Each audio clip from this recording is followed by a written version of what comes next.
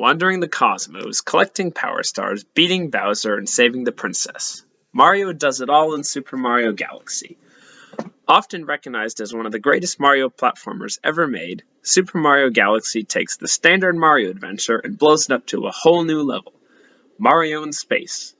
The scope of Galaxy feels so much grander than anything Mario has attempted before that it only feels right to give Mario's first 3D adventure on the Wii its proper due by showing the game just how much fun it means to me as a fan, and how it led me to fall in love with the game and the Mario series as a whole. Dear Mario. The year is 2008, and an 11-year-old David Cairns is unwrapping his Wii console for the very first time and a couple of games along with it. Along with Mario Kart and New Super Mario Bros. Wii, one of the games included in the birthday pile is Super Mario Galaxy. Now, at this time, I had not played many Mario games and preferred to play Mario Kart with my brother. This lasted a couple of weeks until one day my brother started up Mario Galaxy, and I watched him play the opening cutscene, and I was immediately hooked. Watching Bowser kidnap the princess and take her away into space as Mario watched on helplessly made me want to play the game myself and change my whole mindset on what genres of games I like to play to this very day. I knew Mario Galaxy was something special from the moment I laid eyes on the opening movie, but nothing could have prepared me for how amazing the game played when I started to play it myself. From the first mission on, when Mario is thrown into the Grand Star Rescue by the Lumas, to the first meeting with Rosalina, to finally reaching the Comet Observatory for the first time, I felt a sense of grand adventure and wonder at everything I saw. The most remarkable thing about the opening to the game was that despite being in space, it truly feels like the Comet Observatory feels like home. From the Lumas happily scurrying around, to the lighted pathways that take you to the different domes that transport you to faraway galaxies, to the fact that some of your Toad friends and Luigi show up to help you out, coming back to the Comet Observatory after a mission always feels like coming back to your house after a long day of work, with all of your family and friends there to welcome you home. This feeling only grows as you progress in the game and can explore more of the observatory. Even the music itself becomes more welcoming as the observatory opens up due to you getting more stars. In the beginning, the feeling the music gives off is a somber one, due to the lack of power of stars the observatory has, but as time goes on and the place lights up and comes alive, the music picks up and has a much happier note to it. The feeling of home the observatory offers is not the only thing it offers to Mario, however. The levels accessible from the observation domes are nothing short of an adventurer's dream. Blasting off in launch stars to fly to a huge variety of accessible galaxies, all with different themes, terrains, and accompanying music, is nothing short of magical.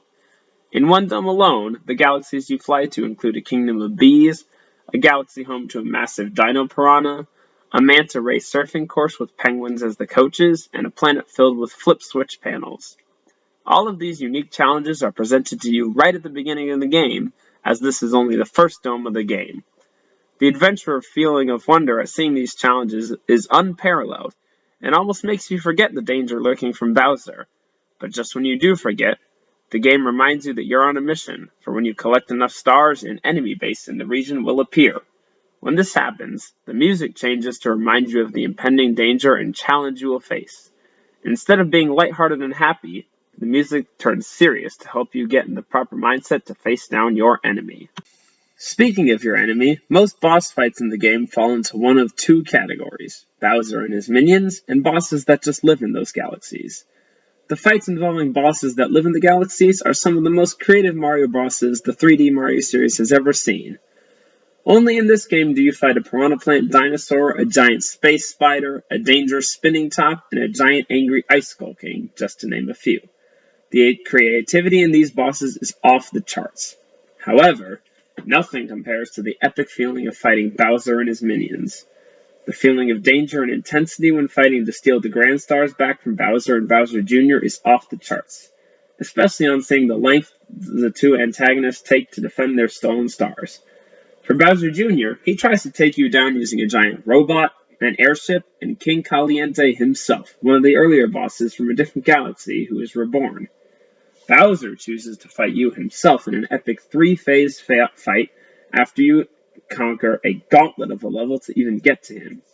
The presentation, music, difficulty, and overall desperate feeling of these fights contrast so greatly with the rest of the game's space adventure feel, and also provide an amazing feeling of accomplishment when beaten.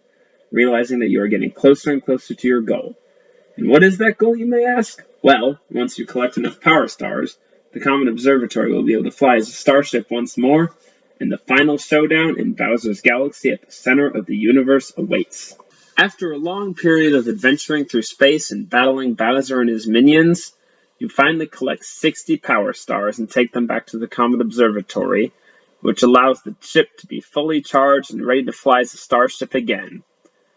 Then, you are ready to stop Bowser from creating an empire to rule the galaxy in the center of the universe and also to save Princess Peach. The amazing cutscene and triumphant music playing during this cutscene underscore this moment perfectly and are best seen and watched rather than explained.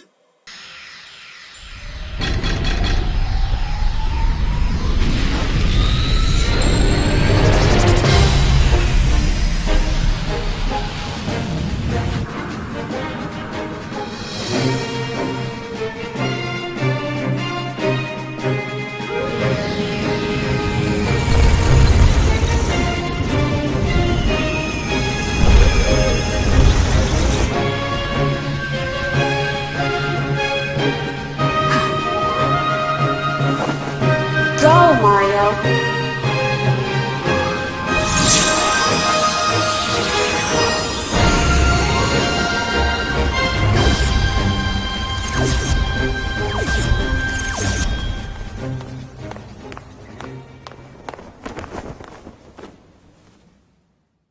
Upon arrival, a truly tremendous gauntlet awaits, filled with challenges from every galaxy and every part of the game up until this moment, truly showing how this is the final boss and that everything you have done up until this point is being tested, because this is the fight for the universe.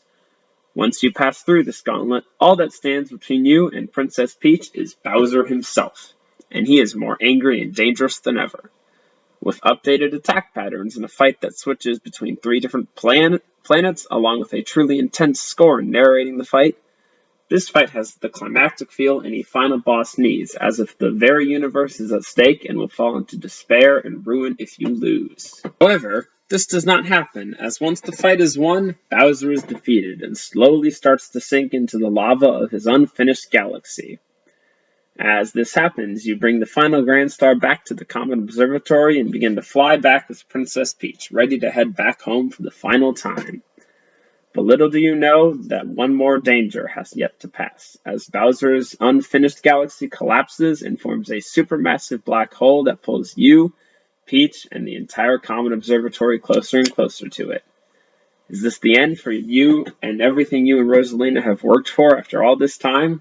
It seems so, until the Luma that you have been traveling with, that has given you the power of spin jumping and the ability to fly through space, along with all the other Lumas living in the Comet Observatory, fly towards the black hole all at once. In a truly heartbreaking and emotional moment, the Lumas turn into the opposite of a black hole to counteract the black hole's effects and end up causing a big bang that sends Mario and Peach back home to the Mushroom Kingdom and allows the two of them to start living their lives again in a reformed galaxy and a reformed universe resulting from the huge explosion. And that is my story of playing through Super Mario Galaxy, the childhood game that I played as an 11-year-old, played again in high school multiple times, and I'm still playing through to this very day, 13 years after it came out. However, 2 things I neglected to mention are the 2 things that keep me loving this game and coming back to it time after time. These 2 things really tie the game together as my favorite video game of all time. Number 1 is Rosalina's storybook, the backstory of how she became the mother of the Lumas and keeper of the Comet Observatory. This is a story better seen than explained, as it provides an amazing backstory to a character full of mystery and shows how she got to where she was at the time of the Galaxy's events. Galaxy would not feel the same without the storybook's inclusion in the game. The second thing that keeps me coming back to Galaxy is the soundtrack. The levels in the story are amazing, but the orchestral score for every level in the game just ties together the story so well and provides so much of the emotional weight for how the game is supposed to make you feel during every part of the story. Koji Kondo, lead composer of Galaxy, is a composition genius, and his music is something that I still listen to this very day, especially the tracks for Gusty Garden, Buoy Base, and Space Junk Galaxy. All in all, Mario Galaxy is more than just a game to me. It is an experience that few other games have managed to capture. The journey Mario and I undergo together and the truly grand adventure we undertake is unmatched in my main by any Mario game before or after this one. So, in conclusion, for the years of magical gaming experience Galaxy has given me, thank you to Nintendo for giving me a game I could truly fall in love with, and to Mario for helping me to fall in love with video games and appreciate how beautiful and magical they can be. Thank you all for watching and listening, and until next time, signing off.